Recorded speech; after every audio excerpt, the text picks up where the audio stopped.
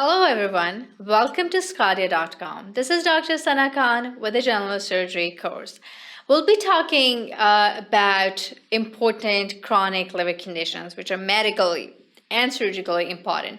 Why and when they become surgically important, when they end up with ultimately the end stage liver disease. And the option we have available at the end is obviously the liver transplantation. But some conditions, like the cystic diseases, obviously the re-roofing and the marsupialization, they'll also become important surgical topic. So let's have outline for today's lecture. We'll be talking about the Chiari syndrome. We'll be talking about the mechanism or the pathophysiology behind this. We'll be talking about the role of the antithrombin in a myeloproliferative disorder, protein C and a protein S deficiency in the pathogenesis of the Chiari syndrome. We'll be talking about acute and the chronic presentation and how you are going to treat the acute condition and how you're going to treat the chronic condition, especially the acute fulminative hepatic failure, which is the surgical emergency, and you need to do the liver transplant if it's available in your setting, and if not, then ultimately there would be the more likelihood for mortality. And we'll be talking about the role of the stenting and the thrombosis, and in case of the portosystemic shunts and the TAPs.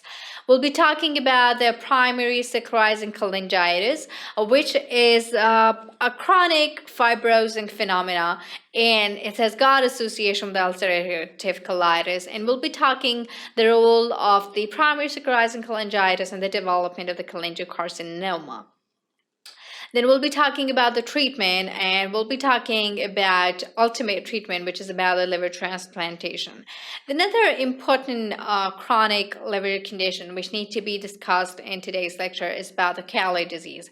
And Chiari disease, in which there's a dilatation of the intrahepatic and the extrahepatic biliary channels, actually how the patient is going to present to you. We'll be talking about the acute presentation and the chronic presentation, and we'll be talking about their management, about the acute infective episodes, about the management of the sepsis, and how you're radiologically and surgically draining the obstruction. We'll be talking about the likelihood for the development of the cholangiocarcinoma and their treatment, and we'll be talking about the role of the liver transplantation in case of the Chiari disease.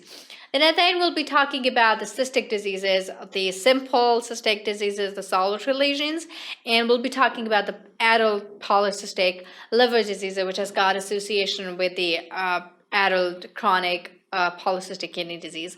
We'll be talking about the indications for the surgery in the simple cystic diseases and how you are actually going to perform that surgery. Particularly, we call this the de-roofing of that particular cyst or marsupialization. So we'll be talking that in detail. And then at the end, we'll be talking about the polycystic liver diseases. We'll be talking about their conservative management and how you are going to proceed in case of the larger lesions or the involvement, diffuse involvement of the liver parenchyma.